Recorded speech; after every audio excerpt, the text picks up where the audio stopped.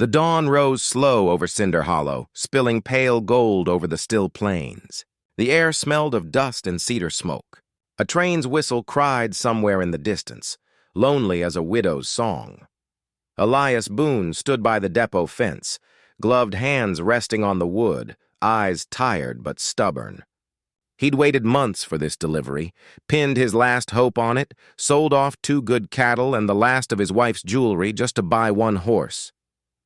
Not just any horse, either. A cutting horse, bred in Abilene, trained to slice through cattle herds with grace and lightning reflex. From the telegraph office window, Clara Wynne watched him. She knew that look, the look of a man trying not to hope too hard. She'd seen it often enough since the droughts came. Since the Boone Ranch began to wither beneath the weight of bad luck and long winters, the train hissed to a halt, and Elias stepped forward as a handler pried open the freight car door. The stench of hay and sweat rolled out first. Then came the sight that cut through him like a dull knife. It wasn't a cutting horse that stepped onto the platform. It was a wreck, a thin, mud-caked gelding, ribs sharp as rails, coat dulled and patchy. The animal's left leg trembled as though the ground might give way beneath it. Elias blinked, then checked the invoice again. Name Jasper. Mark. Scar above right flank. Status. Delivered. The rancher's mouth went dry. This can't be right, he muttered. There's been a mistake. The handler only shrugged. All the paperwork says this one's yours. Laughter drifted from the small crowd that had gathered, men who had nothing better to do than watch another man's hope fall apart. Buck Tanner, a neighboring rancher, leaned against a post with a toothpick between his teeth. Looks like the great Elias Boone just bought himself a ghost horse, he said. You sure you ordered from the right catalog? The others chuckled. Even Marshal Dugan, standing off to the side, gave a sympathetic shake of his head. Elias said nothing. He took the lead rope, feeling the bones beneath the horse's rough hide, and began the long walk back to his ranch. Dust rose behind them, mixing with the sound of distant laughter. That night, under a bruised sky, Elias stood in the empty barn, staring at the horse that wouldn't meet his eyes. You're all I've got now, he whispered, though the words came out bitter. So make yourself useful or don't. I'm done fighting what won't stay, Jasper snorted, shifting his weight. Elias turned and left him there, closing the door on both the cold and his pride. The next morning, the town had already moved on. The gossip, though, still clung to him like burrs. Boone's bought himself a lame nag. Guess he's lost his touch. Only Clara Wynne kept silent. That afternoon, when Elias came to the telegraph office to send a message about the mix-up, she slipped a note into the ledger before handing it to him. It read, in her delicate handwriting, "Don't lose heart. Mr. Boone, even the wild ones remember kindness."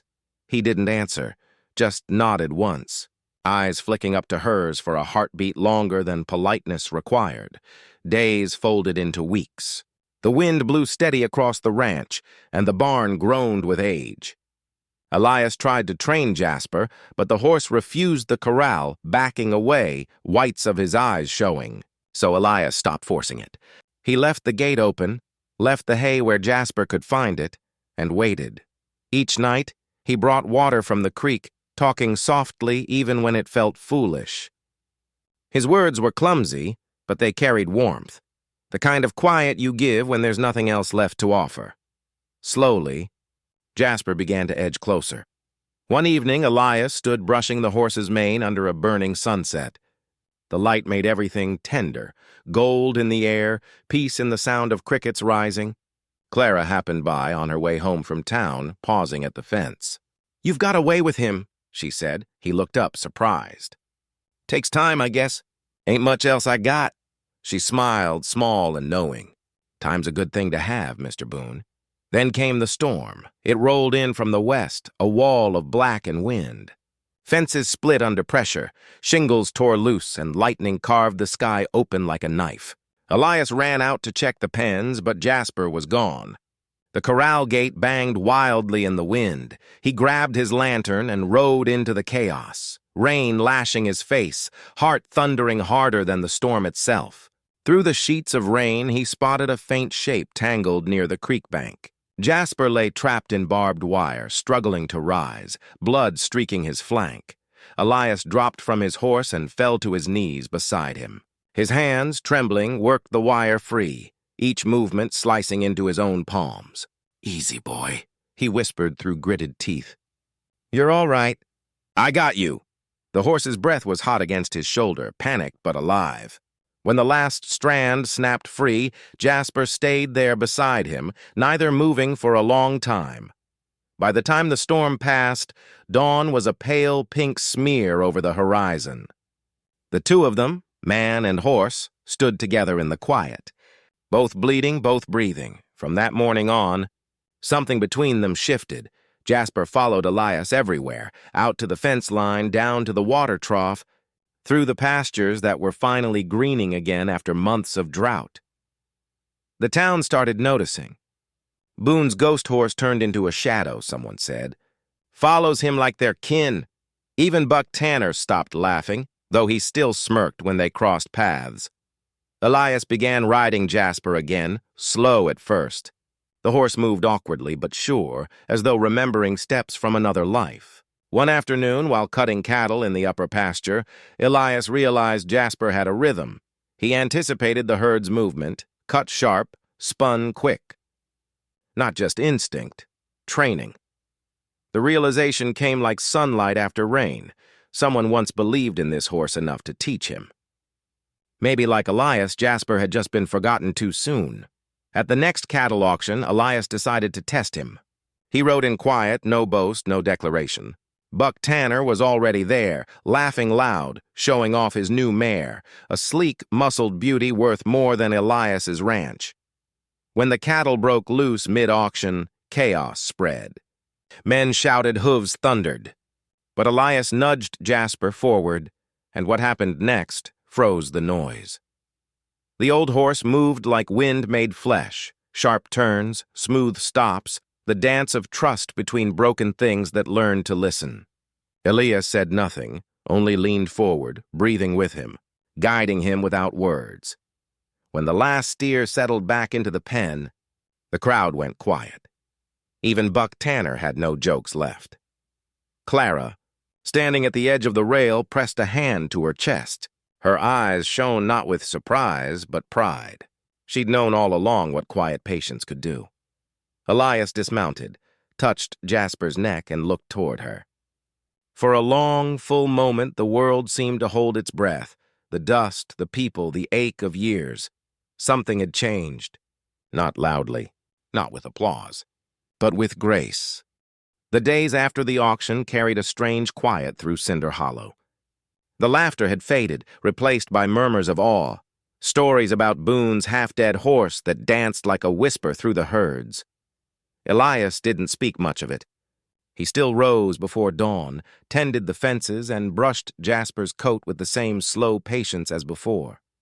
But something inside him had changed, an ember of worth rekindled where only ash had been. He'd stopped drinking alone at night. He'd even started whistling again. One afternoon, while Elias was loading feed, Buck Tanner rode up, dust pluming behind his horse like arrogance made visible. "Boone!"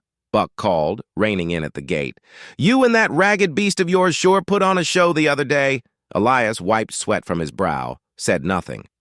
"How about you make it official? I'm holding a cutting contest this Saturday. Big buyers coming from Cheyenne. Let's see if your miracle horse can do more than one trick." The words hung heavy. The air between them felt like dry tinder. Elias hesitated. He'd spent years hiding from public eyes, too many losses, too much laughter at his expense. Competing again meant stepping back into the same circle that had mocked him, trusting that what had bloomed quietly on his ranch could survive the noise of a crowd. Before he could answer, Buck leaned in closer. "Unless, of course, you're afraid your luck's run out." Elias met his gaze, eyes steady. "Ain't about luck," he said quietly. "Never was." That night, Clara Wynne stopped by the ranch with a letter that hadn't really needed delivering. She found him leaning on the fence, watching Jasper graze under the fading pink sky. "He challenged you, didn't he?" she asked. Elias nodded. Town'll get a good laugh when the old fool shows up again. Clara's voice softened, wind brushing her hair across her face. You've already won what matters. But sometimes... She paused, smiling faintly. Sometimes the world needs to see it too. Elias turned toward her, the lantern glow catching the tired kindness in his eyes. You think I should do it? I think, she said, resting a hand on the fence. You and that horse have more to teach this town than you realize. He didn't answer. But later, as the stars came out, he saddled Jasper and rode out into the moonlight. The prairie shimmered silver, endless and forgiving. You and me, old boy, he murmured, rubbing Jasper's neck. Let's show him what faith looks like.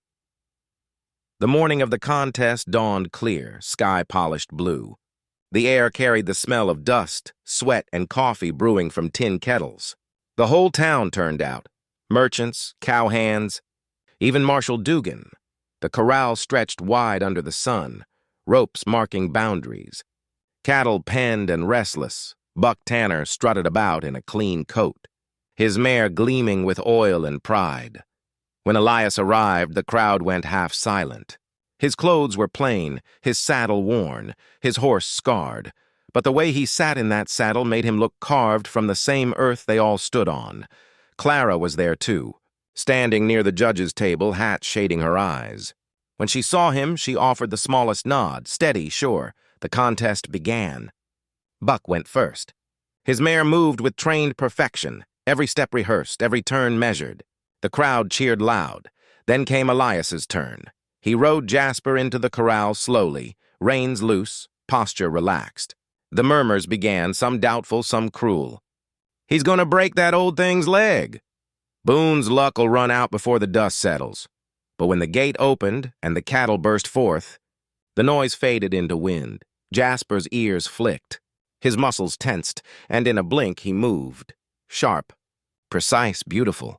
He cut the herd clean, spinning tight, stopping quick, guided not by whip or rein, but breath and trust. The dust rose around them like smoke, sunlight slicing through it, painting gold over grit. Elias leaned forward, his eyes soft, his voice barely a whisper. Easy now. That's it. The crowd was silent, watching man and horse move as one, two survivors rewriting their story in motion. But halfway through, Jasper stumbled. His bad leg buckled for a heartbeat, a gasp rising from the stands. Elias jumped down mid-turn, hand steady on the horse's neck. You're all right, he murmured, pressing his forehead against Jasper's. We finished together, and they did. Step by careful step, they guided the last steer into the pen. No cheers, no flair, just the quiet dignity of endurance. Then the applause came. Not the roaring kind, but the reverent one. The kind people give when they've seen something true. Even Buck Tanner lowered his head. Guess that horse ain't a mistake after all, he said, half smiling. Marshal Dugan tipped his hat. Man's worth ain't in what he orders, but what he raises up. Elias said nothing. He just rested his hand on Jasper's mane and let the sound wash over them. Soft, almost sacred. When the dust settled and the crowd drifted back to town, Clara found Elias near the corral fence, brushing Jasper down with slow, tender strokes. The air had cooled, and the first stars were peeking through the blue. You did it, she said quietly. Elias shook his head, smiling. No, ma'am, we did. She stepped closer, close enough that their shoulders nearly touched. The smell of sage and horsehair hung between them. He wasn't what you ordered, she said, tracing a hand along Jasper's nose. But maybe he's what you needed. Elias looked at her, eyes tired but bright. Funny, he said, voice low. You could say the same about life. For a long while, neither spoke. The prairie wind sighed through the grass, and somewhere far off, a coyote called. Clara's hand slipped into his, small, calloused, sure. There were no declarations, no promises. Just quiet understanding, the kind that grows between two people who've both learned to live with loss and still find beauty in the breaking.